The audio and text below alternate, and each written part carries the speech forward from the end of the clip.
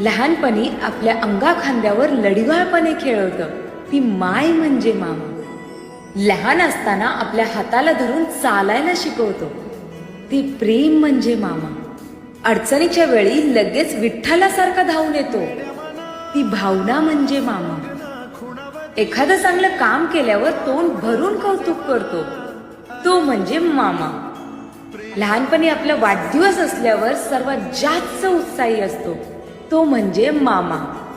असाच आपल्या पाठी प्रेमाने व हक्काने नेहमी उभा असतो तो म्हणजे मामा. एखाद्या आपल्या निर्णयामध्ये ठामपणे व्यक्तिमत्व दाखवणारा म्हणजे आपला मामा. आणि आपले सर्व लाड पुरवणारा म्हणजेच आपला लाडका मामा. हो ना? कराल ना मग ही व्हिडिओ शेअर आपल्या लाडक्या मामाला.